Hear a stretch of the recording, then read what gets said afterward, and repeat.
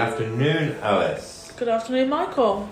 Hello, everybody, and we're here today to discuss trademarks. I am the founder of the Trademark Group, and I am a solicitor of over 20 years with experience of both trademarks and non-trademarks, really. But I'm here to talk to you today about trademarks and how brilliant they are. Right, Ellis? Indeed, yeah. So, when you are starting out in business, what's the most important thing you need to do, in your view, Alice? And I'll give you my view. In my view, I would say the important thing to do is make sure that you are unique and you are not stepping on anyone else's toes, so that your focus can be what you love to do, whether that's selling products, offering services. You can focus on the important part of your business and not have to spend your money on fighting other people. I lie in bed at night thinking of the way to answer this, and I think I've cracked it. Are you ready? I'm ready. So, you've got a blank piece of paper, and if you're starting out in business, oh sorry, I keep hitting the table. You have a blank piece of paper, and you're starting out in business. So, are you going to be a sole trader? Are you going to be a partnership? Are you going to be a limited company? They're the three vehicles, and you could throw in a charity perhaps. But for the purposes of this, there's three vehicles. You can be a sole trader, a limited company, and a partnership. Are we agreed? Yep. So with those three vehicles, you're going to have the capacity to file and to consider setting up a company, having a name for your partnership or a name for you as a sole trader. So it's important that before you embark on any of those three, you do a cursory Google to check that name's available. Yeah. I know you've covered this, but it's so important. You do a cursory company's house. Yes. You do a cursory whois, and whois being the organisation that controls and governs domain names. And so you do those three, and you sort of have an indication of what's out there. And if the domain names come up which are identical to yours, it's sort of a bit of an indication that, you're going to have a problem here with your brand. Yeah. Agreed? Yeah. I think, just to add to the point there, a lot of people potentially are confused between company names and trademarks, in that they think just because they hold the registered company name means that they can get the trademark, and that isn't the case, which is why, like you said, it's important to do all three of those searches: the Google, the domain, and the company, so you're getting as much information as possible. Because the company name is just the name of the vehicle. I call it a vehicle. It is a vessel. It is a little car that carries around your business as you go along. And in that car, you're going to have things owned by that company. So you're going to have employees, you're going to have data, you're going to have buildings and property, and in addition, you're going to have a name. And so that's why it's so important that you establish that there is the name available, both companies and trademarks. But you're right to say that the trademark is in the unregistered sense. You don't need any approval as such to file a company name, as long as you are identically matching as an existing registration and or passing off that brand. So you look at the domains, look at the company's house, look at Google, and then you can think, okay, you know what? I'm out of those three, the sole trader, the partnership, or the limited company, I'm now going to file a trademark because I think that's the way forward. And if you've got that foundation in place, knowing that you've done the searches, then it's worthwhile considering registering and discussing it with us. Now, when you come to us, as previously alluded to in the last podcast, which I was sitting in on, but I just didn't join in, Laura, my trainee, she was very good in explaining the process and why we do searches.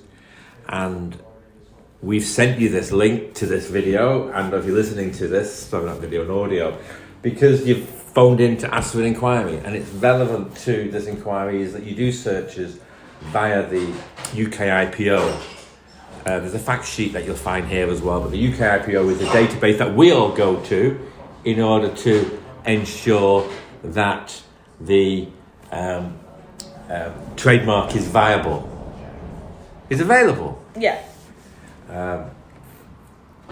The searching process really is important because it's not so much identical trademarks and identical trademarks. It's where the trademark is similar. And that's where we earn our corn, and that's where we're brought in to advise clients as to whether or not they would be successful in opposing a trademark. Yeah, our importance lies in the grey area and the subjective nature of similarity, and what I may think is similar, Michael may not, someone else may not, but it's understanding how that similar nature is decided upon and considered, and what additional factors you may need to consider when looking at it, and giving you a view on how similar it may be, what is the level of risk, and how we can help you maybe eliminate that risk or reduce it, or actually fight for it and move past it. I'm often asked, can we do it ourselves? And the answer to that is yes. If you have, and I've had a few people over the years say, oh my God, you boys, it's so easy.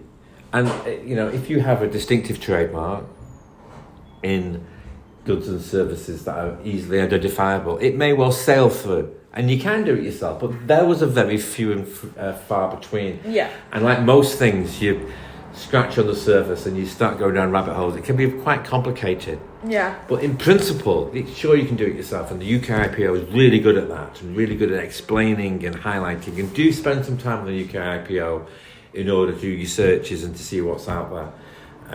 Yeah, it's a good pool of resources. I mean, like anything, if you're driving down a newly tarmacked road, then everything will sail through. But we've seen many a pothole. So, like you say, it's actually very rare that these trademarks will sail through, and you will happen upon a unique name that no one's ever heard of in unique goods and services, whereas actually 99% of the cases need an expert's eye on it to sort of show you the potential problems before you take the plunge and put that money down. Yeah, no, very much so. I think from memory, a few years ago, I was told by the UK IPO that about 1 in 20 were opposed. I'm sure the statistics that are up to date, which we'll look into perhaps in the next podcast.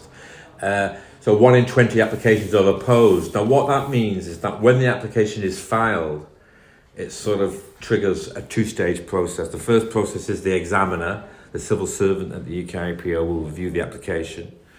And secondly, once approved, it's then advertised for 2 months, at which point any other rights holders can make any observations and oppositions to. But you can only get to that stage once you get past the first stage. For those marks on the continent, for those owners on the continent or intended people on the continent who are interested in filing in the UK, the opposition period is the same as the EU IPO, 2 months. In the US, it's 1 month. 3 months, is it? 3 months in the EU. In the US, it's 2 months. And 2 months in the UK. But the US system is a whole different kettle of fish, which I'm sure we'll cover in a separate podcast at some stage. Yes. But in terms of the EU's 3 months, we're 2 months. Yes. But that, again, it underlines the importance of searching. And so for those continental cousins who are looking to file UK trademarks, remember, you've got a month less window for the opposition, but we do urge you to not necessarily carry out the same searches, because presumably you're coming to us with an EU filing. But of course the UK is now a completely separate jurisdiction, so we can no longer assume that. I mean, it's highly likely that if you're filed in the UK, you may be filed in the EU, but it is important to look at both. They are separate jurisdictions. So here's a question for you, Alice Sweetenham. Can I be Pierre Coyle from Paris with a trademark Laudit, and can I have a Laudit trademark in the UK? Can we both live together? Potentially, yes. So in order for you to block a trademark, you have to have rights within that jurisdiction. So if you didn't hold any rights in the EU or in France, where this new trademark is being filed, completely new trademark, no history, I file in the UK, Laudit, and there's a French trademark filed the same day, Laudit. They can live perfectly happily together because they're two exclusive jurisdictions. Yes, exactly that. Think about every country being surrounded by a very high fence. Trademarks can't jump over high fences. You are in the jurisdiction that you're in. unless you have unregistered rights or use in another jurisdiction, your trademark solely can only live in its fenced area.